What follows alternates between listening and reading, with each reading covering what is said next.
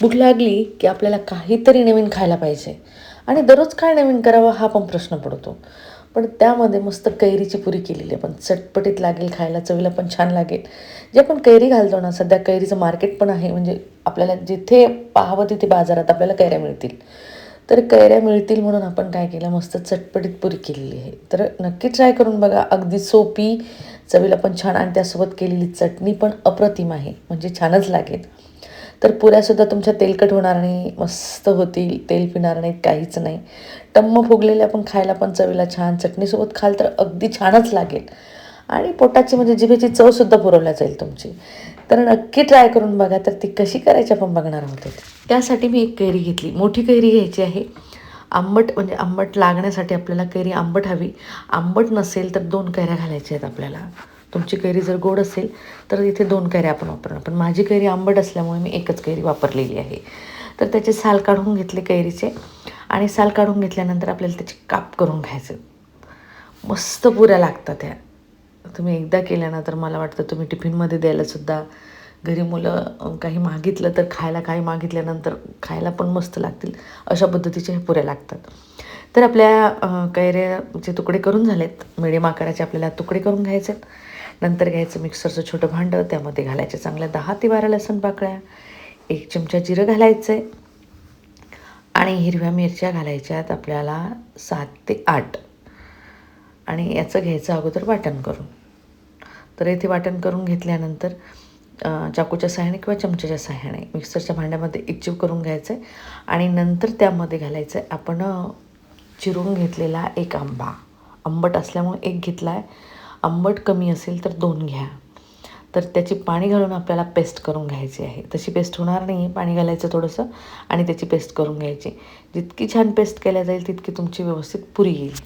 तर ही झाली आपली पेस्ट तयार करून. तर पेस्ट तयार करून झाल्यानंतर आपल्याला करायची पुढची तयारी. तर वाटीच्या मापाने मी 2 वाट्या गव्हाचं पीठ घ्यायचं आहे आपल्याला. तर 2 वाट्या गव्हाचं पीठ घेतल्यानंतर त्यामध्ये घालायचं आहे आपल्याला 2 ते 3 चमचे बेसन पीठ किंवा 2 चमचे. नंतर घालायचं आहे आपल्याला 1.5 चमचा लाल मिर्च पावडर, अर्धा चमचा त्यामध्ये घालायची हळद आणि नंतर घालायची आपल्याला कसुरी मेथी. थोडीशी हातावर चोळून घ्यायची आहे आबडधोबड आणि ती घालायची पिठामध्ये आणि पुरीला चव छान येते म्हणून घालायची आहे. तर हे झालं आपलं टाकून. नंतर घालायचं आपल्याला कोथिंबीर, त्यामध्ये कोथिंबीर भरपूर घालायचा आहे. तो झाला की लगेचच घालायचं चवीनुसार मीठ. मीठ टाकून घेतल्यानंतर आपल्याला जे आपलं कोरडं पीठ आहे ते एकजीव करून घ्यायचं आहे. म्हणजे यासाठी करून घ्यायचं आहे कारण जे आपण लाल मिर्च पावडर म्हणजे मसाले घातलेले आहेत ते एकजीव झाले पाहिजेत कोरड्या पिठामध्ये. नंतर आपण आंब्याची जी पेस्ट करून घेतलेली आहे ती घालणार आहोत.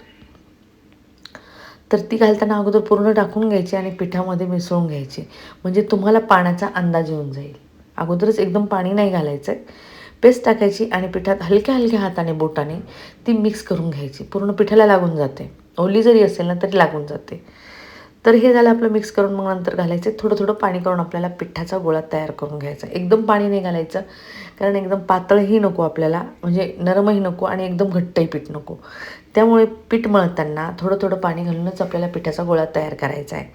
तर इथे तुम्ही बघू शकता मी थोडं थोडं पाणी घालते आणि आंब्याचा जो फ्लेवर आणि हिरव्या मिरचीचा फ्लेवर येतो ना लसणामध्ये, तो पुरीला एकदम छान लागतो आहे. नक्की ट्राय करून बघा आणि करायला काही वेळ लागत नाही. चटणी पुरी जरी तुम्ही खाल्ली ना तरी पोटभरीचं जेवण होईल तुमचं, स्वयंपाक करायची गरजच पडणार नाही आहे. तर अगदी मस्त लागतो ही पुरी आणि ती चटणी.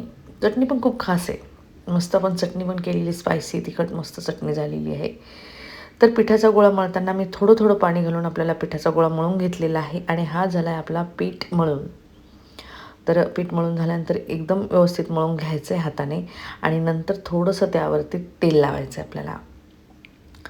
तेल लावून काय करायचं, थोडंसं तेल लावून ठेवलं की म्हणजे पिठाचा गोळा कोरडा पण होणार नाही आणि मऊ सुद्धा राहील. थोडा मऊ एकसारखा प्लेन होईल म्हणजे पुरी अगदी टम्म फुगेल तुमची. तर झाकण ठेवून द्यायचे, तोवर करायची चटणी आपल्याला. तोपर्यंत मी काय केलं आहे, एक छोटं मिक्सरचं भांडं घेतलं आहे, त्यामध्ये घेतल्यात 10 ते 12 हिरव्या मिरच्या. जास्त तिखट नसल्यामुळे 10 ते 12 घेतल्यात, तिखट असतील तर कमी घ्या. 4 ते 5 लसण पाकळ्या घ्यायच्या, थोडासा कोथिंबीर घ्यायचा आहे, थोडेसे पुदिन्याचे पानं घ्यायचे, म्हणजे एक एक वाटी घ्यायचं आहे. आणि थोडासा आल्याचा तुकडा पण आपण टाकून घेतला आहे. नंतर घ्यायचं आहे आपल्याला कैरी. त्यामध्ये मी अर्धीला कमी कैरी घेतलेली आंबट असल्यामुळे.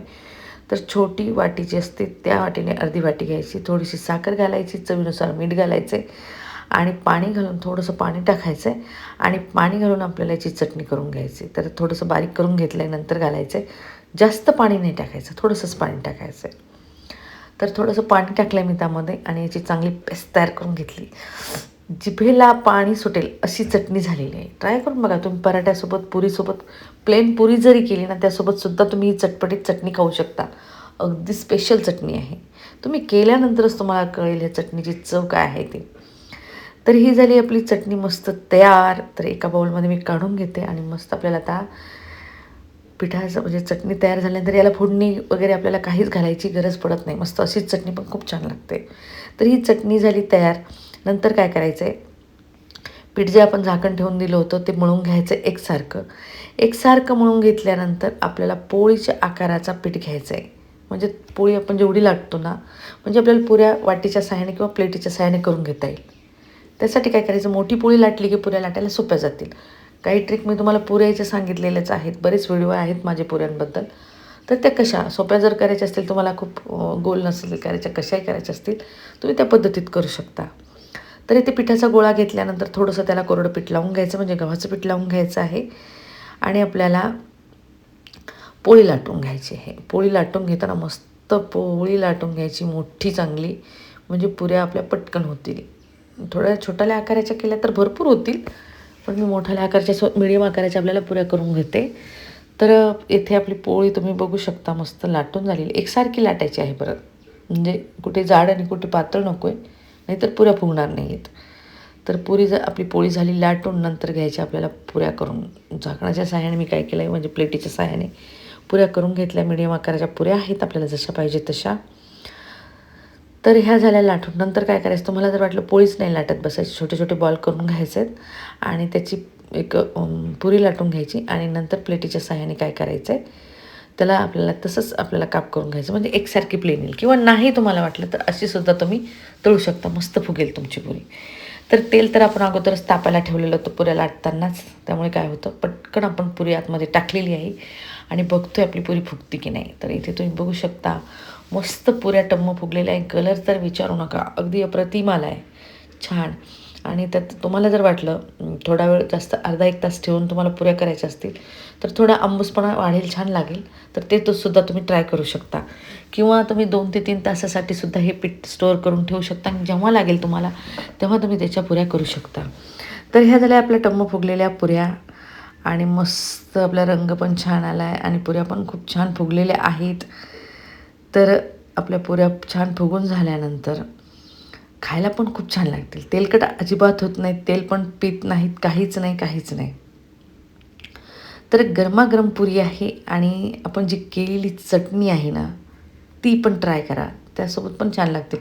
आणि नुसत्या पुऱ्या पण छान लागतील, फक्त पीठ चांगलं भिजलेलं असावं आणि चवीला पण छान लागतील. पण चटणीसोबत ट्राय करून बघा. आज तुम्ही आज केल्या तर चटणीसोबत नक्कीच ट्राय करा. तर अगदी टम्म फुगलेल्या पुऱ्या, करायलाही सोप्या, तेलकट न होणाऱ्या आणि आंबट तिखट असं म्हणता येईल आपल्याला, अशा पुऱ्या तुम्ही नक्की ट्राय करून बघा. सगळ्यांनाच, तुमच्या घरच्या सगळ्यांनाच आवडेल अशा पद्धतीचे झाले. परत तेल अजिबात पीत नाहीत, असं काही नाही की तेलकट होतील, तुम्हाला उन्हाळ्याचं तेलकट खायचा कंटाळा येतो. पण सीझन जर आंब्याचा गेला तर मग आपल्याला ही पुरी खायला मिळणार नाही. त्यामुळे काय करायचं, नक्की ट्राय करून बघायचं आहे आणि ट्राय केल्यानंतर मला कमेंटमध्ये सांगायचं आहे तुम्हाला ही पुरीची रेसिपी कशी वाटली किंवा चटणी पण कशी वाटली.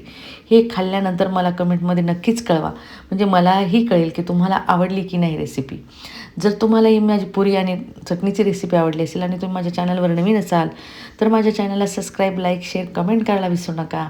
तर चला भेटूया अशा सोप्या सोप्या आणि झटपट होणाऱ्या रेसिपीसोबत. तोपर्यंत बाय.